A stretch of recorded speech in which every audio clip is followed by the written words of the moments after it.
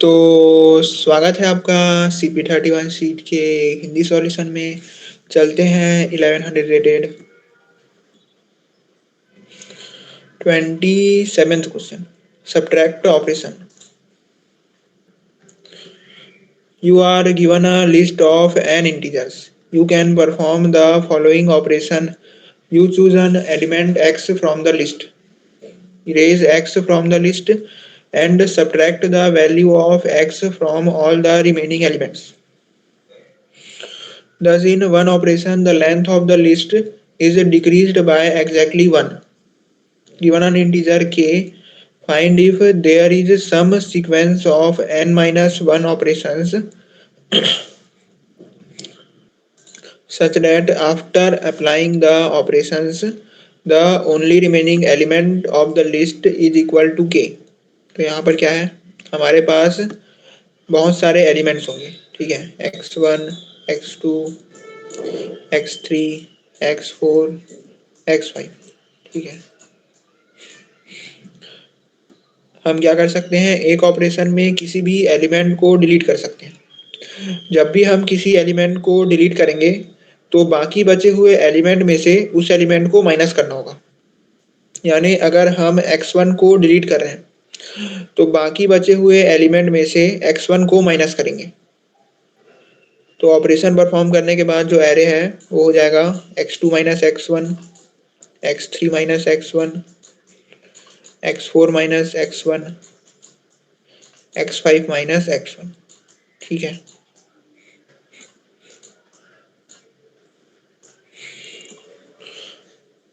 ऐसे ही मान लो मैं x4 माइनस x1 को डिलीट कर दिया तो क्या होगा, बाकी बचे हुए एलिमेंट में से x4 माइनस x1 माइनस होगा, ठीक है। तो क्या करना है, हमें तब तक ऑपरेशन परफॉर्म करते रहना है जब तक एरे में सिर्फ एक एलिमेंट नहीं बचता, ठीक है।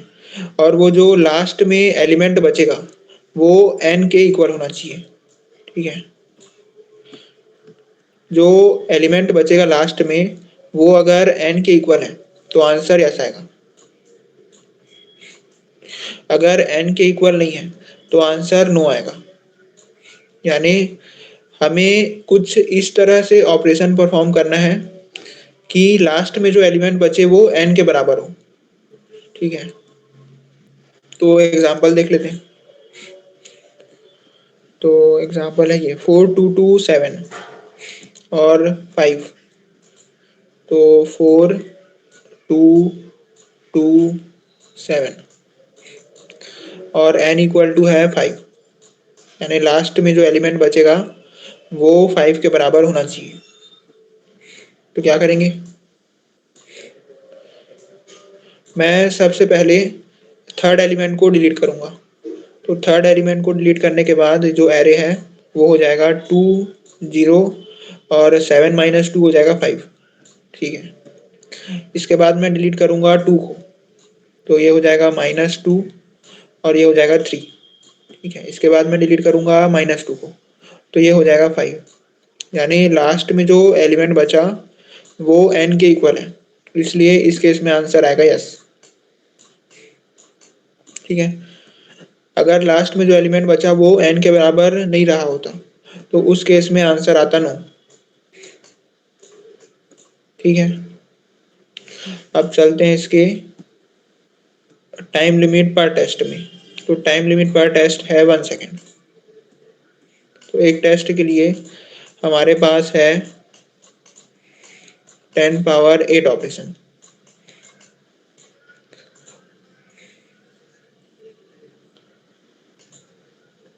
और हमें दिया है कि sum of n over all test cases is not greater than 2 into 10 power 5। तो यहाँ पर हम बना सकते हैं on, हम यहाँ पर बना सकते हैं on log n, ठीक है। और जो on स्क्वायर है वो क्या होगा, वो टाइम लिमिट एक्सीड कर जाएगा। क्यों एक्सीड कर जाएगा, क्योंकि on स्क्वायर में ये हो जाएगा 4 इंटू 10 पावर 10 जो 10 पावर 8 से ज़्यादा है। तो इसलिए हम मैक्सिमम n log n तक के सॉल्यूशन बना सकते हैं। तो अब चलते हैं इसके सॉल्यूशन में। ठीक है। तो क्या करना है, हम चाहते हैं कि ऑपरेशन परफॉर्म करने के बाद जो लास्ट एलिमेंट बचे एरे में वो n के इक्वल हो। ठीक है। तो मान लेते हैं कि हमारे पास बहुत सारे एलिमेंट्स हैं। ठीक है, बहुत सारे हमारे पास एलिमेंट्स हैं। उन्हीं एलिमेंट में से दो एलिमेंट्स हैं 7 और 10। ठीक है। अब क्या हो रहा है, मैं एलिमेंट डिलीट करना स्टार्ट किया। ठीक है, सबसे पहले इस एलिमेंट को डिलीट किया, फिर इस एलिमेंट को डिलीट किया, फिर इस एलिमेंट को डिलीट किया। ऐसे करते करते एरे में जितने भी एलिमेंट्स हैं उन सबको डिलीट कर दिया। सिर्फ दो एलिमेंट्स बचे हुए हैं। कौन कौन से? 7 और 10। ठीक है। अब ये जो 7 और 10 है, इन्होंने सभी एलिमेंट्स को जाते हुए देखा है ना। यानी कहने का मतलब है कि इन दोनों एलिमेंट्स ने सभी एलिमेंट्स को डिलीट होते हुए देखा है। ठीक है, 7 ने इसको भी डिलीट होते हुए देखा, 7 और 10 ने इसको भी डिलीट होते हुए देखा, इसको भी डिलीट होते हुए देखा, इसको भी। जितने भी एलिमेंट्स थे सबको डिलीट होते हुए इन्होंने देखा है। ठीक है। और चूंकि इन्होंने हर एक एलिमेंट को डिलीट होते हुए देखा है, इसलिए इन्होंने सबसे ज़्यादा लॉस सहा है। क्योंकि जब भी कोई एलिमेंट डिलीट होता है तो बचे हुए एलिमेंट्स का लॉस होता है। तो ये दोनों बचे हुए हैं और इन्होंने सभी को डिलीट होते हुए देखा है, इसलिए इन्होंने सबसे ज़्यादा लॉस सहा है। ठीक है। और अगर मैं ये कहूँ कि 7 और 10 ने बराबर लॉस सहा है, तो क्या मैं सही हूँ? तो हाँ, मैं सही हूँ। क्यों?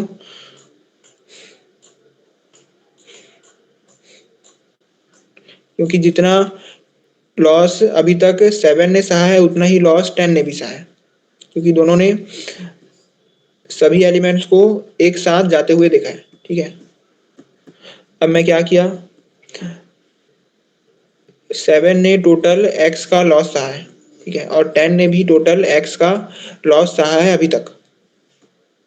तो लॉस सहने के बाद 7 हो गया 7 माइनस एक्स। ठीक है, और 10 हो गया 10 माइनस एक्स। अब अगर मैं डिसाइड करता हूँ कि मैं 7 को भी डिलीट कर दूंगा, यानी 7 माइनस एक्स को, तो अब जो 10 है वो और लॉस सहेगा सहेगा कितने का? 7 माइनस एक्स का। ठीक है।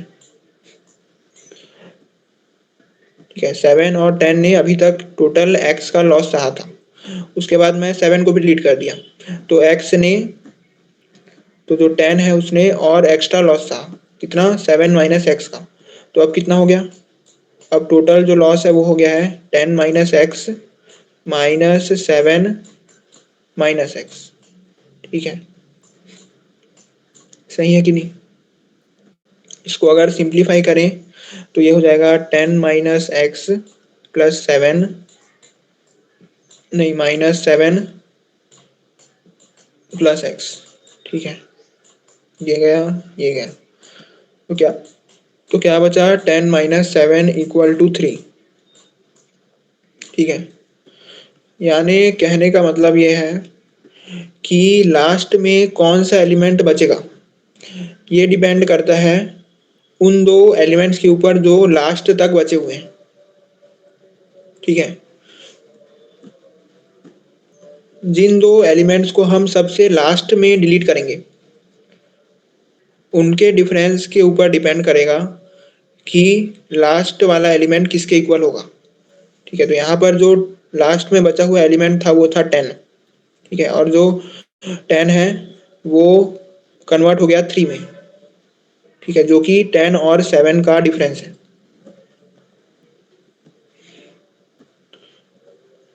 तो यानी लास्ट में जो दो एलिमेंट्स बचे हुए होंगे उनके डिफरेंस के ऊपर डिपेंड करेगा जो लास्ट एलिमेंट है उसका वैल्यू। ठीक है, तो लास्ट में कौन कौन से एलिमेंट बचे हुए रह सकते हैं? ठीक है, पूरे एरे में कोई भी दो एलिमेंट लास्ट तक बचा हुआ रह सकता है ना। कौन सा दो एलिमेंट बचा रहेगा लास्ट तक ये डिपेंड करता है हमारे ऑर्डर के ऊपर कि हम किस ऑर्डर में एलिमेंट्स को डिलीट करते हैं। ठीक है, तो यानी मैं कह सकता हूँ कि अगर एरे में किसी भी 2 एलिमेंट का डिफरेंस n के बराबर आ रहा है, ठीक है, तो उन दोनों एलिमेंट्स को हम लास्ट तक बचा के रखेंगे, ठीक है। तभी क्या होगा, जो डिफरेंस है वो n के बराबर आएगा, ठीक है।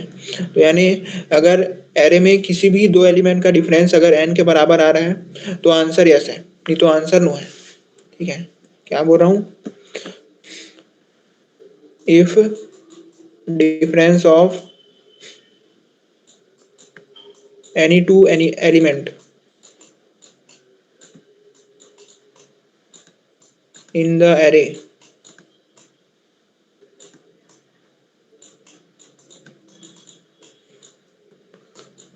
array is equal to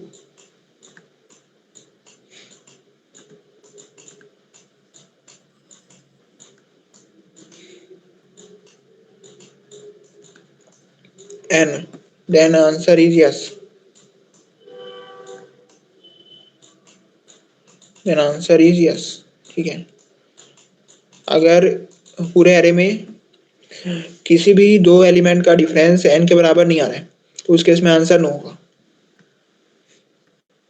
ठीक है। अब ये कैसे चेक करें कि किन दो एलिमेंट्स का डिफरेंस n के बराबर आ रहा है। इसके लिए क्या करना पड़ेगा, हम सबसे पहले फर्स्ट एलिमेंट को लेंगे, उसके बाद सभी एलिमेंट्स के साथ चेक करेंगे कि किसके साथ इसका डिफरेंस n आ रहा है, ठीक है। उसके बाद सेकंड एलिमेंट को लेंगे, उसको भी हर एक एलिमेंट के साथ चेक करेंगे कि किसके साथ इसका डिफरेंस n के बराबर आ रहा है। उसके बाद थर्ड एलिमेंट को लेंगे और हर एक एलिमेंट के साथ चेक करेंगे किसके साथ इसका डिफरेंस n के बराबर आ रहा है। लेकिन आप एक चीज नोट कर रहे होंगे यहाँ पर, क्या चीज, कि हर एलिमेंट को अगर मैं हर एलिमेंट के साथ चेक करूंगा तो जो टाइम कॉम्प्लेक्सिटी हो जाएगा n इंटू एन, यानी कि n स्क्वायर, और जो n स्क्वायर है वो क्या करेगा, टीएलई दे देगा। तो इसका क्या सॉल्यूशन है,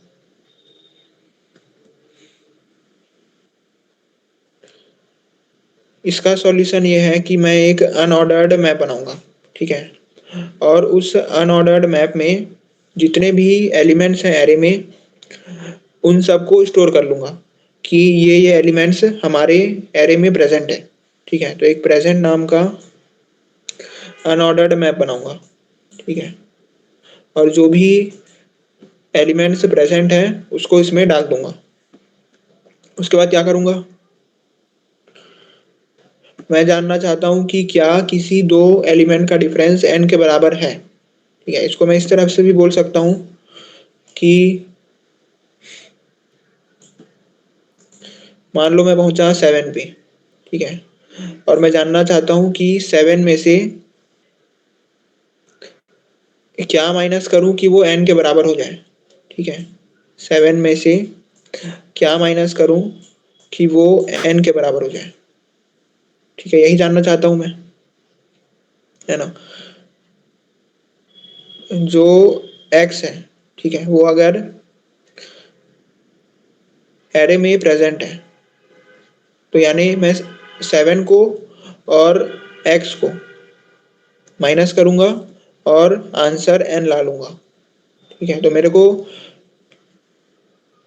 7 को हर एक एलिमेंट के साथ चेक करने का जरूरत नहीं है, मुझे बस ये चेक करना है कि 7 से ऐसा क्या माइनस किया जाए कि वो n के बराबर हो जाए, और जिस नंबर को माइनस करूंगा वो नंबर एरे में प्रेजेंट होना चाहिए, ठीक है। अब वो नंबर एरे में प्रेजेंट है कि नहीं ये जानने के लिए प्रेजेंट का यूज कर सकते हैं, ठीक है। तो हमें क्या चाहिए, हमें चाहिए x, कि 7 को किससे माइनस करें कि वो n के बराबर हो जाए। तो जो x है वो इक्वल है 7 माइनस n के, ठीक है। अब मैं क्या करूंगा, जो x है उसको चेक करूंगा कि वो एरे में प्रेजेंट है कि नहीं, ठीक है। x क्या है मैं बता चुका हूँ कि 7 को किससे माइनस करें कि वो n के बराबर हो जाए, ठीक है। अगर वो प्रेजेंट है, ठीक है, अगर जो x है वो एरे में प्रेजेंट है तो आंसर क्या होगा, यस होगा। अगर प्रेजेंट नहीं है तो आगे चेक करेंगे कि 10 में चेक करेंगे, हो सकता है कि 10 से जिस नंबर को हम माइनस करेंगे वो नंबर प्रेजेंट हो एरे में, ठीक है, ताकि जो डिफरेंस है वो n के बराबर है। अगर पूरे एरे में हमने चेक कर लिया, ठीक है, पूरे एरे में चेक कर लिया, किसी भी दो एलिमेंट का डिफरेंस n के बराबर नहीं आ रहा है, ठीक है, तो क्या होगा, आंसर नो आएगा। ठीक है, ये हो गया इसका सॉल्यूशन। अभी चलते हैं इसके कोड में। ठीक है, तो ये रहा इसका कोड। सबसे पहले एक स्टोर नाम का वेक्टर बनाए। ठीक है, स्टोर में क्या स्टोर कर रहे हैं, कितने एलिमेंट्स हैं उनको स्टोर कर रहे हैं। ठीक है, उसके बाद एक मैप बनाए और मैप में जितने भी एलिमेंट्स थे सबको स्टोर कर लिए। उसके बाद क्या कर रहे हैं, उसके बाद चेक कर रहे हैं, हर एक एलिमेंट में जाके चेक कर रहे हैं कि इस एलिमेंट में से क्या माइनस करें कि ये n के बराबर हो जाए। जिस एलिमेंट को माइनस करना है वो एलिमेंट जो है वो प्रेजेंट होना चाहिए एरे में। ठीक है, तो वही चेक कर रहे हैं, अगर वो प्रेजेंट है तो फ्लैग को ट्रू कर लो। पूरे एरे में पूरे एरे के हर एलिमेंट को हमने एक एक करके देख लिया, फिर भी कोई भी दो एलिमेंट का डिफरेंस n के बराबर नहीं आ रहा है, तो उस केस में आंसर क्या आएगा, नो आएगा। ठीक है, नहीं तो आंसर यस आएगा। इसका टाइम कॉम्प्लेक्सिटी क्या होगा, इसका टाइम कॉम्प्लेक्सिटी होगा n log n। ठीक है, इसका टाइम कॉम्प्लेक्सिटी होगा o n log n। क्यों होगा, क्योंकि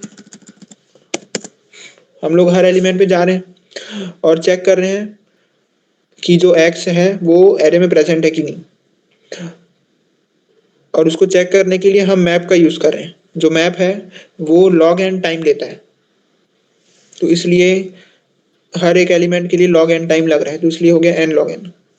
फिर स्पेस कॉम्प्लेक्सिटी क्या होगा, स्पेस कॉम्प्लेक्सिटी होगा o n। ठीक है, थैंक यू।